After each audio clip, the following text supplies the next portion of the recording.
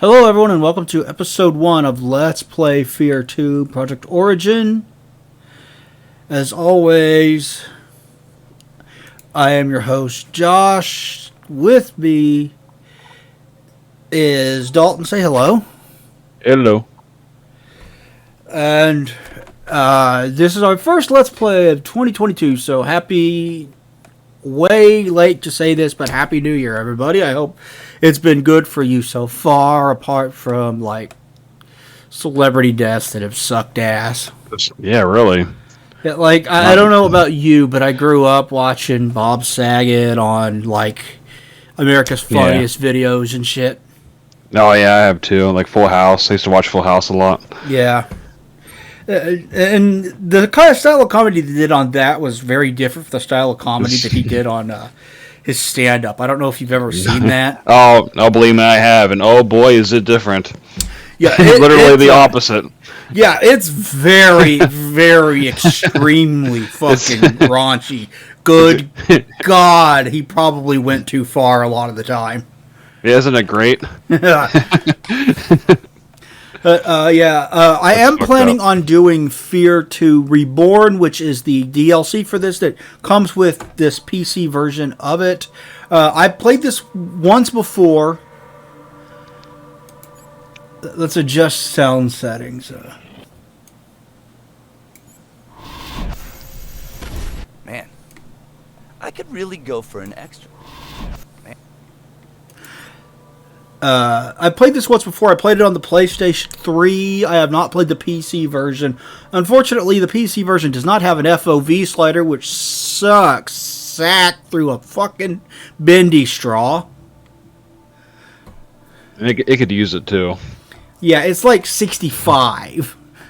Yeah, that ain't shit for FPS games in my opinion. Yeah, which is fine if you're playing it on like a console because you expect it, you're playing it on a 50-inch TV, it's not that big of a deal. But I'm playing it on like a 20-inch monitor here, Hell yeah.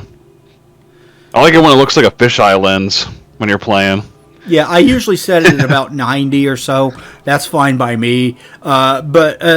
This might give me a little bit of a headache playing it this way. Yes. Yeah, it's kind of weird. Yes, I recorded some just a test recording because Fear 1 had problems getting it to record properly, and we had to install a mod and shit. When we recorded Fear 1 is when I got these monitors that do 1440p and could start recording in that resolution. This shouldn't be as much of a problem, I would imagine. No, it didn't seem to be giving me any problems when I was recording last night.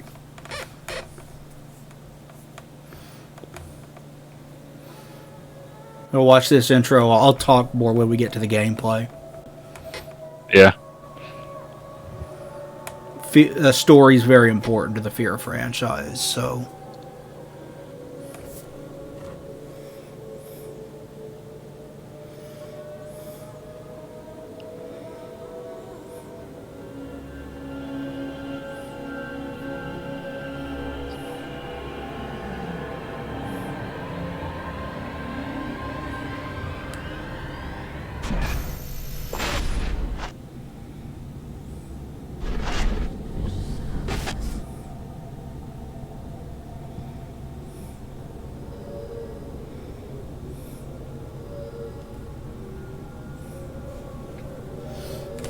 Interval 01, Premonition.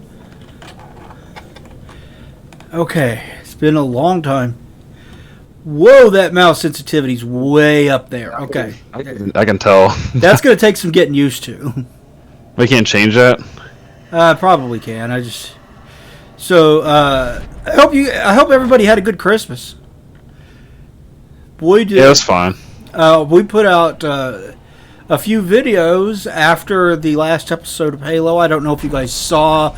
I did a video review of an HDMI cable for the Nintendo 64, the Super Nintendo, and the GameCube.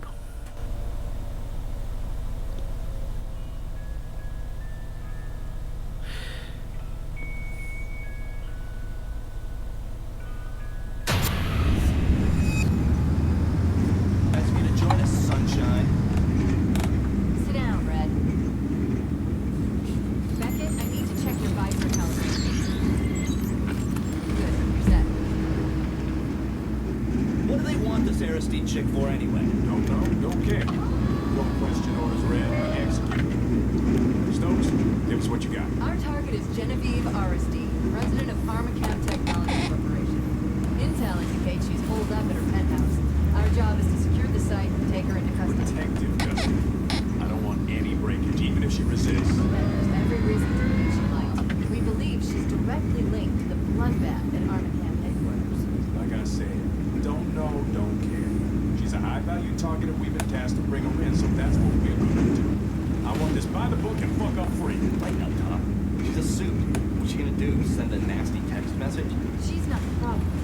CENTCOM thinks Pharmacam's board of directors may be trying to cover their tracks, which could include making sure Aristide keeps her mouth shut. Fox, you're with Stokes. Keegan, you're with me. Beckett, Red, Manny will drop you off in front of the building. We'll link up in the lobby. Shit. Why do I gotta get stuck with Bucket? Because I don't like crybabies. Now, let's move. Remember, people, trigger discipline. Our mission is to find Aristide, not cap her ass. This office bullshit, man. What's so important about this chick that the cops can't pick her up? Just be glad they didn't convert us to Pharmacam HQ. Recon team has been to shreds. That situation's getting out of control. This is your stuff, guys.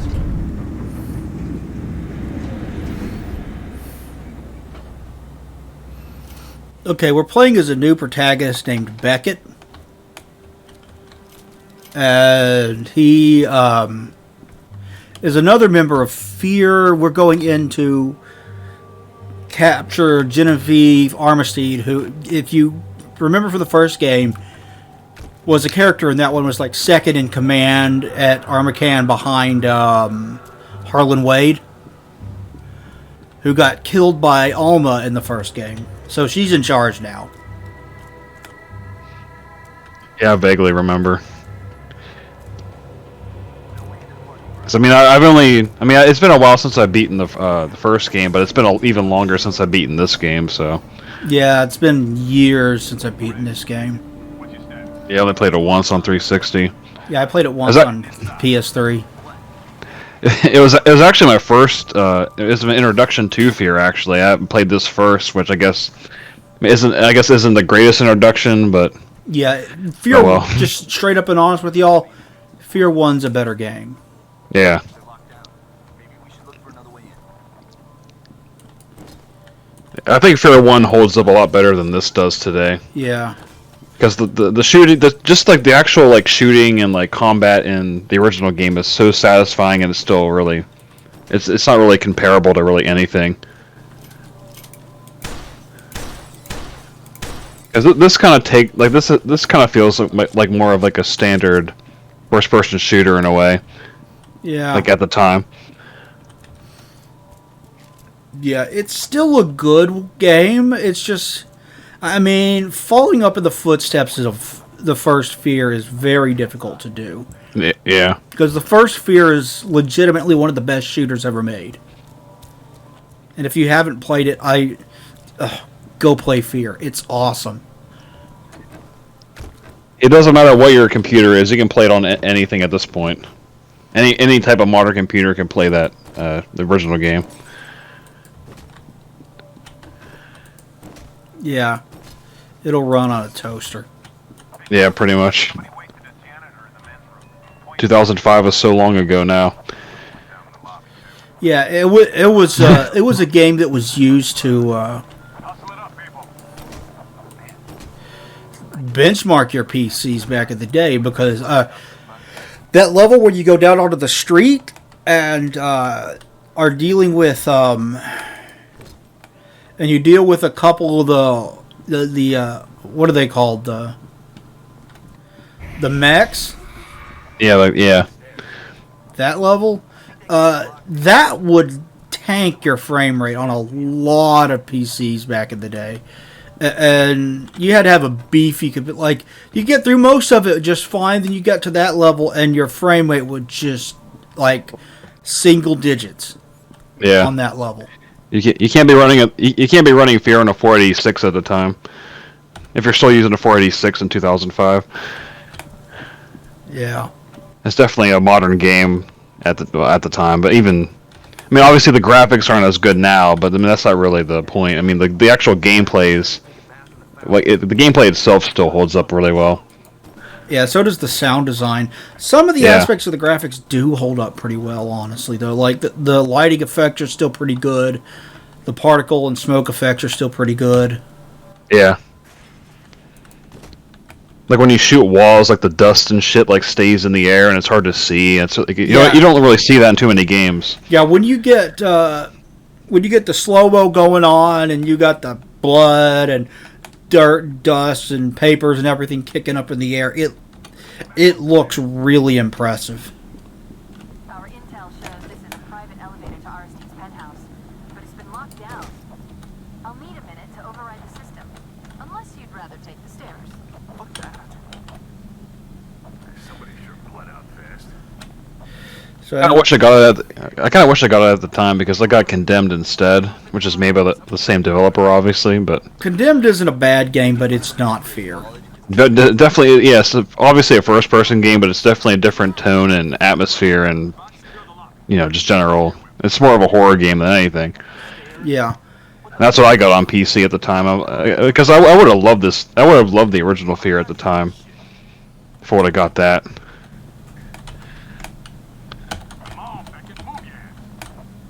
Kind of weird that Monolith put out 2 games in the same year, like that.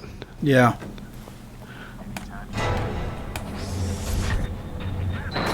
What is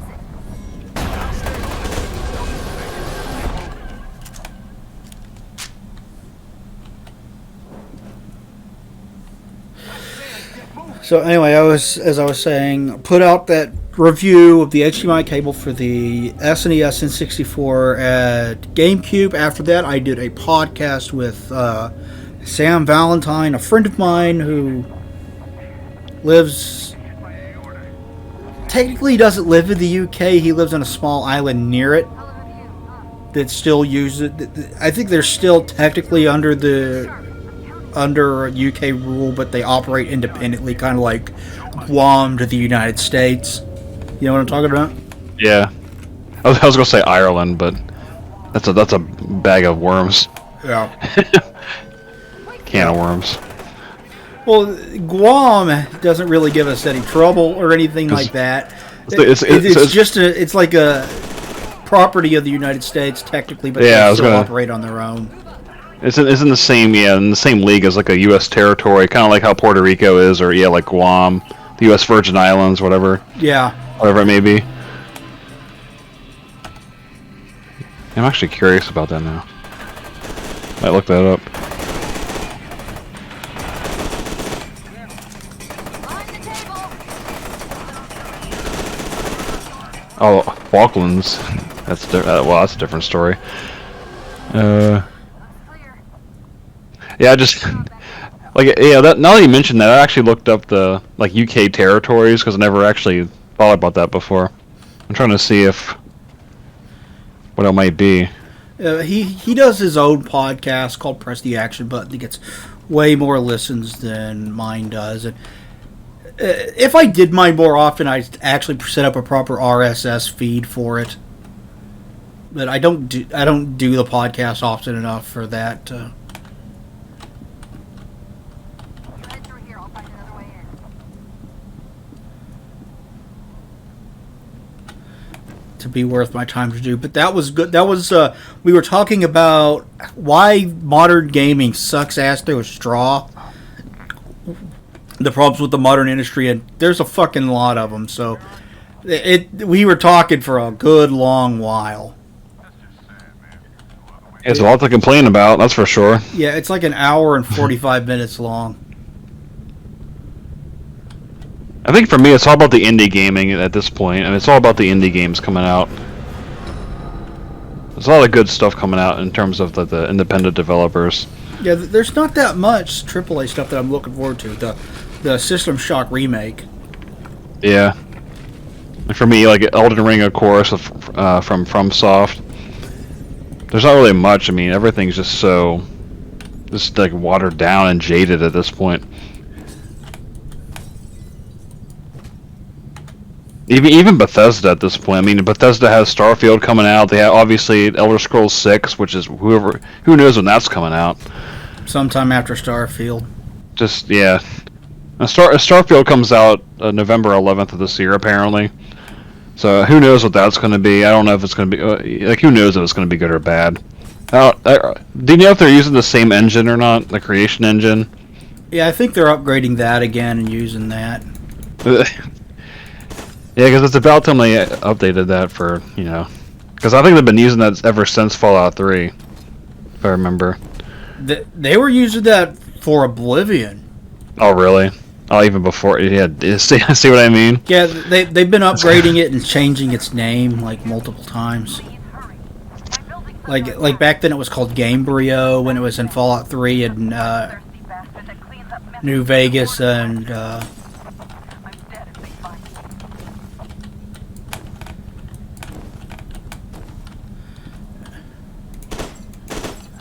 New Vegas. Because I think at this point they really need to like make a new in-house engine, like kind of like what Capcom did with Resident Evil. Yeah, because that really benefited them. Yeah, the RE engine did wonders for Capcom. Yeah, because they use that for pretty much every single Capcom game at this point. Like yeah, Monster Devil May Hunter Cry 5 used it. Devil May Cry 5 used it. Even Ghosts and Obviously, Goblins Resident used Evil it. 7 and 8 used it. Yeah, I mean it's a really good engine. I mean you gotta give them that. It's kind of wild actually. RE7 was such a good fucking game. Resident Evil's on a good, like, I don't know, it's kind of surreal seeing Resident Evil actually being really successful. Probably for the longest period of time they were just game after game was just shit after shit. In like the late 2000s, like early 2010s. They're doing pretty good now. Like Resident Evil 7 was a really good. Resident Evil 7 sold like 10 million copies. Yeah. They really brought them back. The RE2 remake was a really successful and critically acclaimed for good reason. It's a really good remake as well. Yeah, that's not quite like COD levels of sales, but that is like Bethesda levels of sales. Like it's really, really good if you sell 10 million copies of anything. Especially for like a classic survival horror game, especially because Resident Evil 2 remake really is like a really good mix of RE4 game mechanics and like classic like survival horror gameplay. Like it's a really good mix. Yeah, because it's crazy. Survival horror has never sold as well as that, like ever. Yeah, especially like classic survival horror. Obviously, you can argue like the Resident Evil 5 was actually the best-selling Capcom game for the longest time. I don't know if it still is or not, but no, 7, obviously that's 7 sold more. Oh, 7? Oh, it did. I don't know if 8 sold more as well, but 7 definitely did. I remember Resident Evil Village broke like a record on Steam for like the most pre-orders of any Resident Evil game or something, which makes sense. Hell yeah, vampire titties! Yeah, the Big Mommy Milker helped sell that game. Dude, as soon as the internet like fell in love with her, they leaned hard. I don't blame the marketing team for doing it, but boy did they lean hard into that. Because they used the power of memes sold that game in a way when you think about it. Because that was all over. I saw that all over the place and all kinds of like pages and shit. Not even like related to like even like games or like horror, like survival horror shit. And then people got the game, and then she's in like a quarter of it. Beginning of the game, yeah. For the first area of the game, where you like the first like actual area is like the Castle Dimitrescu, which is her area, and that's the very first part of the game. And then after that, it kind of in a way goes downhill. I've heard the best part of the game is immediately after that when you get some creepy doll or something. Yeah, and like a baby chasing you. I have not played it. That was yeah. I can see why people say that, but after a couple of playthroughs, it gets kind of tedious because it's really scripted. If you know what's coming, it kind of sucks. But like in the first playthrough, it's so good. I mean, like when I first played it, I was like, "What the fuck is happening? This is creepy shit." I mean, it's straight out of Silent Hill. Like Silent Hill levels are weird.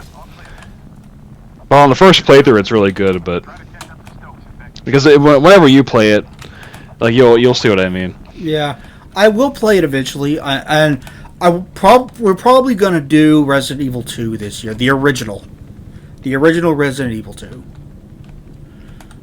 So I'm looking forward to that because that's a fun game. Hell yeah! I actually got the PC Rebirth working on my PC, so I wonder if I can get that working on yours. That'd be really good. Playing through that version, it looks really good. And you can also skip the door opening sequences as well in that version.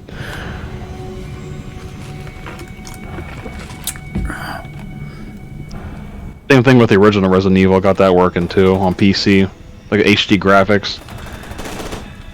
Oh, I didn't say this, but we also did a Christmas episode of Film Shoot. If you guys are interested, that was on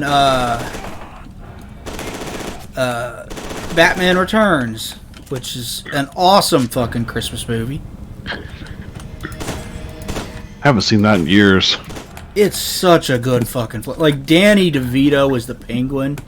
That isn't like inspired fucking casting, just like Jack Nicholson as the Joker was. Still my favorite live action Joker. Like Heath Ledger's great. Yeah. Not denying that. Jack Nicholson's still my favorite.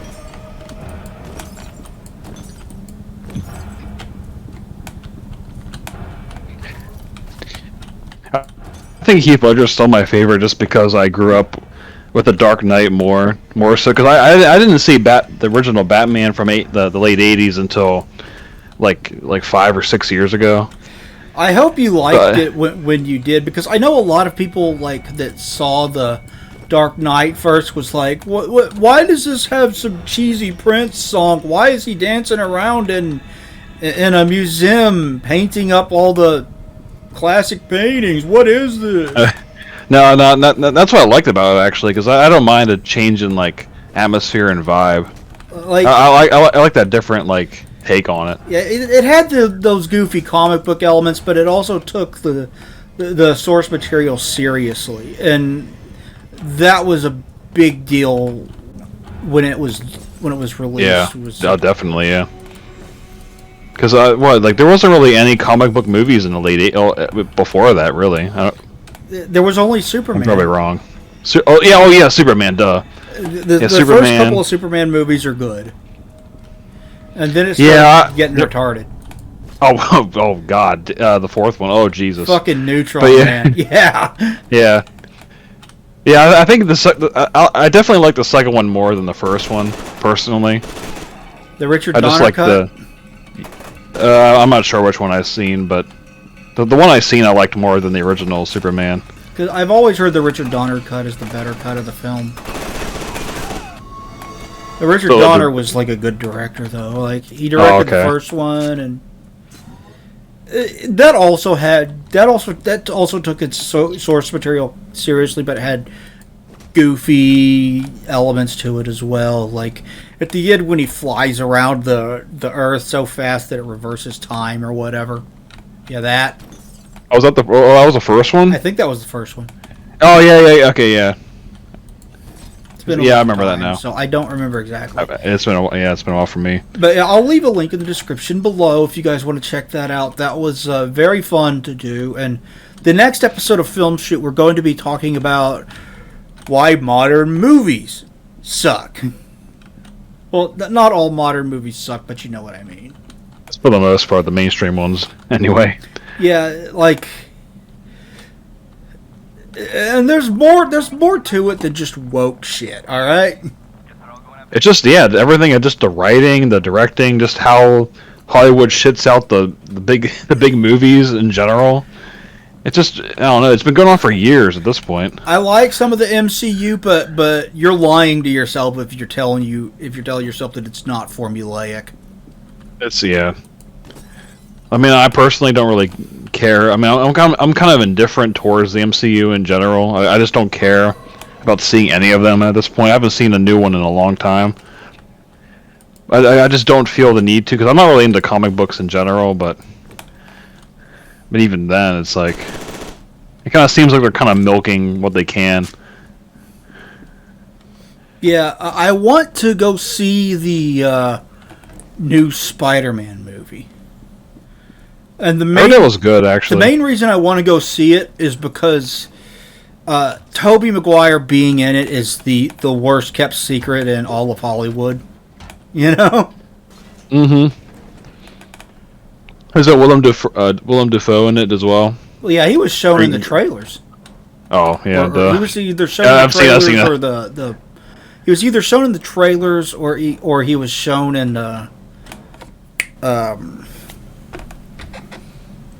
shit. Yeah, I remember seeing him in the trailers now they mention it. Because I also, what's his name, who plays Doc Ock, is also in the trailers. Alfred Molina. Yeah. And oh god, Alfred Molina was so good in Spider-Man 2. I really need to see that again, because I think the last time I saw that movie was when it came out in theaters. Spider-Man To be 2 honest. is such a good movie, dude. That's a good, yeah. So Spider-Man 1. Yeah, because I think, yeah, even those movies were, like, at the time it was like, wow, the Spider-Man movie is really good. Because, I mean, that came out really early as well. It was like 2001. Yeah, I think it was 2000, 2002. 2002. Yeah. Yeah, and like the second one was 2004, 2005. Because, I mean, that just went, like... Because, I mean, even in the early 2000s, there's a lot of MCU movies coming out. It seemed like obvious Spider-Man, Blade, obviously, before that in the late 90s. Hi, Alma. All grown up. And especially at the end. Oh god, the ending of this game is fucked up. I remember when I first played this, I was like, what the fuck is... What? What? Yeah, if you guys haven't seen it, I'm not going to spoil it for you. We'll get there when we get there. But yeah, the ending of this game is royally fucked up. Which I kind of like. I kind of admired the twist at the end. I don't know if it's really a twist, but I kind of it is. But yeah, I mean, I guess the story isn't too bad in this game, but Yeah. I can't I really would say. I would like to do... go ahead. No, I wasn't going to say anything. You can go ahead. I would like to do the 2 expansions, but we're going to do Fear 1, 2, and 3 first. Yeah, because I know nothing about the Fear 3, so... Yeah, I'm looking forward to playing Fear 3 co-op with you. It should be fun. I mean, I always heard it was kind of a hit-or-miss game, but any game that's co-op is usually a lot better. I mean, it kind of makes up for the game itself in a way. Especially given how the co-op mechanics are in the game, how each player is really different from one another. Yeah, it's a decent game. It lives in the shadow of the original. Yeah, it's definitely the black sheep of the series, I would say. And I mean, Fear Online's the aborted fetus of the series, but for as goofy as the dialogue and story can be, it's really, really well directed. And I'll tell you exactly why it's really, really well directed. You know who supervised it? Supervised I the have no cutscenes idea. and shit. John Carpenter. wait, really? Yeah, For Fear 3? yeah. Okay, that's news to me. Okay. Isn't that I have something awesome? to look forward to. Yeah, so he like directed like the cutscenes. I don't know in if he general. directed the cutscenes or supervised it. He did one of the two. That's really okay. That's really surreal. I But didn't he know was that. involved in Fear 3. And there you go. I mean, that's something to look forward to. Did you play it before?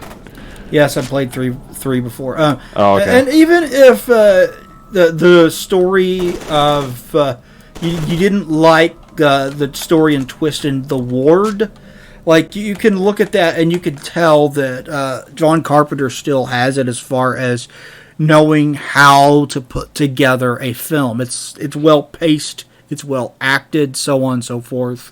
The framing on the shots is also all really good. Oh, is that his newest movie? Yeah. I remember seeing that in the Red Letter Media's like ranking list of his films. I didn't even know about it until then. Yeah, I think that was the last one he did.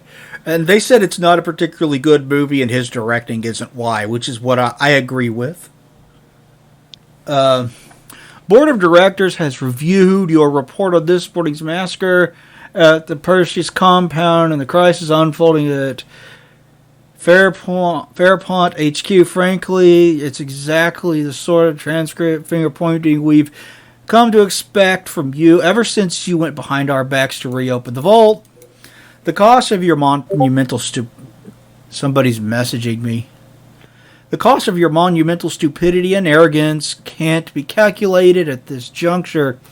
It is the board's view that the entirety of our Fairpoint operation is a total loss and that you are solely responsible. Your excuses and scapegoating did nothing to change the fact that you personally instigated this disastrous course of action. Expect your official notice of your termination shortly. So they want to fire Genevieve. Uh-oh.